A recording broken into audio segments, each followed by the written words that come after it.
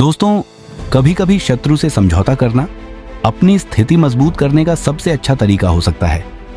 दोस्तों, सभी शत्रु को शत्रु नहीं मानना चाहिए, कभी कभी उन्हें दोस्तों सहयोगी बनाने से बेहतर परिणाम मिल सकते हैं। दोस्तों, सभी शत्रु से सीधे युद्ध नहीं करना चाहिए, कभी कभी सहयोगी बनाना अधिक लाभकारी हो सकता है। दोस्तों, अपने शत्रु से समझौता करते वक्त उसे अपनी कमजोरियों का आभास न होने दें। शत्रु से समझौता करते वक्त अपनी कमजोरियों को उजागर न करें। शत्रु के साथ मित्रता करते वक्त हमेशा ध्यान रखें कि वह आप पर दबाव न बनाए। शत्रु से मित्रता करते वक्त उसे आपके ऊपर हावी न होने दें। शत्रु से समझौता करते वक्त अपने उद्देश्य और लाभ को सर्वोच्च प्राथमिकता दें। शत्रु से समझौता करते समय अपने लक्ष्य और लाभ को सबसे पहले रखें। जो व्यक्ति शत्रु के मनोबल को समझकर उसे तोड़ ढाता है, वही युद्ध जीतता है।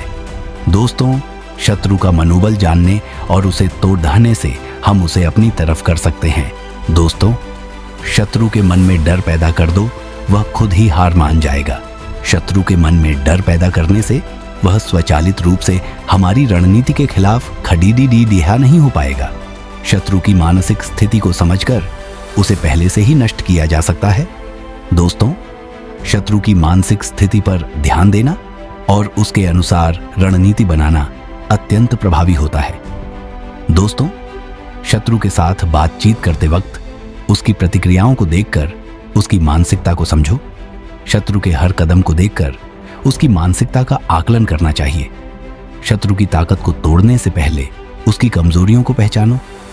शत्रु की कमजोरी को जानना शत्रु को प्रभावी तरीके से हराने की कुंजी है। दोस्तों, शत्रु के खिलाफ हमेशा चुपचाप और समझदारी से काम करो, ताकि वह कभी भी आपकी योजना को पहचान न सके। शत्रु के खिलाफ काम करते समय चुप रहना और शांत रहना हमेशा लाभकारी होता है। दोस्तों, यदि शत्रु का मुकाबला न कर सको तो उसे उसका ही तरीका अपनाकर हराओ। शत्रु की ताकत का ही फायदा उठाकर उसे उसी की शैली में हराया जा सकता है। दोस्तों, अपने शत्रु को धोखे में डालकर उसे कमजोर करना अधिक प्रभावी है। दोस्तों, शत्रु को भ्रमित करके और उसे धोखा देकर हम अपनी स्थिति को मजबूत कर सकते हैं। दोस्तों, शत्रु से लड़ने से पहले उसकी हर चाल और रणनीति का अनुमान लगाओ। शत्रु से संघर्ष शुरू करने से पहले उसकी चालों को पहचानना और अनुमान लगाना आवश्यक है। दोस्तों, अपने शत्रु को कभी हल्के में मत लो, हमेशा उसका हर कदम सोच समझकर जवाब दो। शत्रु को हल्के में लेना उसकी कमजोरी हो सकती है, इसलिए हर कदम पर सावधानी बरतनी चाहिए। शत्रु की स्थिति को जानने से पहले कोई भी कदम न उठाएं। शत्रु की स्थिति को समझने के बाद ही कोई रणनीति बनानी चाहिए। जो शत्रु को उसकी स्थिति में ही हराता है, वही विजयी होता है। दोस्तों, शत्रु को उसकी स्थिति में हराकर हम उसे मानसिक रूप से कमजोर कर सकते हैं। दोस्तों, जब शत्रु अपनी ताकत दिखाए तो यह उसका आत्मविश्वास है, लेकिन जब वह छिपता है तो यह उसकी कमजोरी है।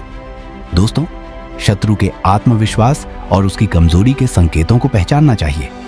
शत्रु की कमजोरी का समय पर सही उपयोग करना सफलता की कुंजी है।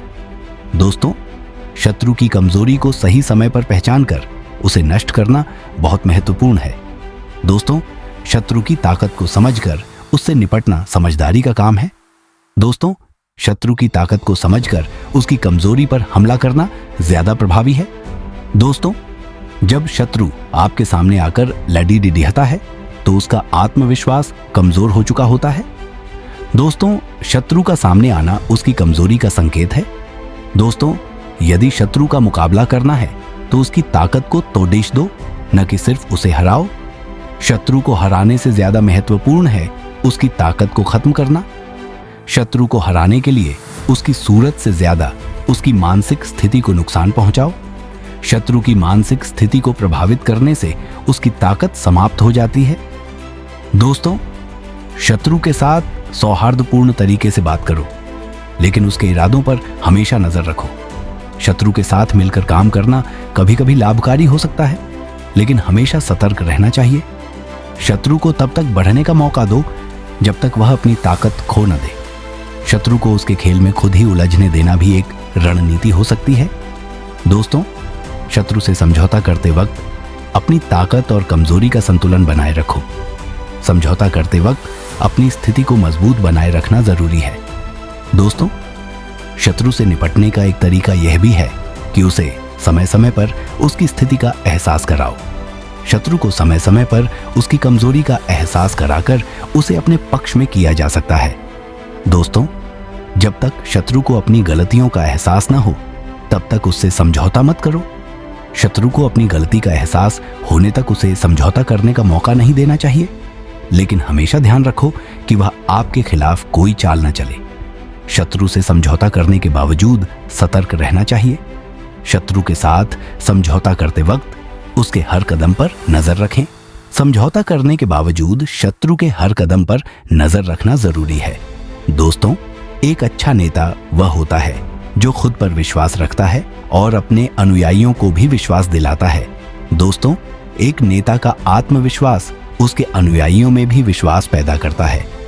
दोस्तों, नेता का चरित्र उसकी सबसे बड़ी ताकत है, क्योंकि यह उसके फैसलों और कर्मों में दिखाई देता है। दोस्तों, एक नेता का चरित्र उसकी स्थिरता और प्रभावशीलता को दर्शाता है। दोस्तों, सच्चा नेता वही है जो अपने कार्यों के द्वारा दूसरों के जीवन को बदल सके। सच्चे नेता का प्रभाव दूसरों के जीवन में सकारात्मक बदलाव लाता है।